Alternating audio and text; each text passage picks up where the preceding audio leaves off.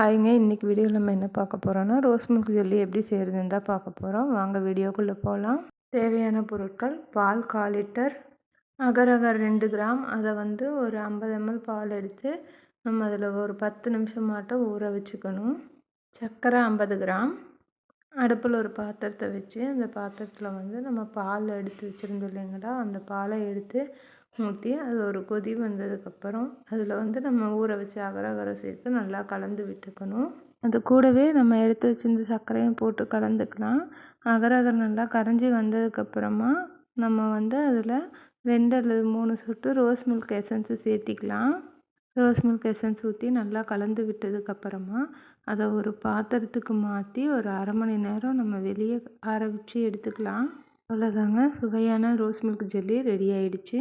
இதை நீங்கள் ஃப்ரிட்ஜில் வச்சு கூலிங்காக வேணும்னாலும் சாப்பிட்டுக்கலாம். ஓகே ஃப்ரெண்ட்ஸ், நெக்ஸ்ட் ஒரு சூப்பரான வீடியோவில் பார்க்கலாம். தேங்க்யூ ஃப்ரெண்ட்ஸ், பாய்.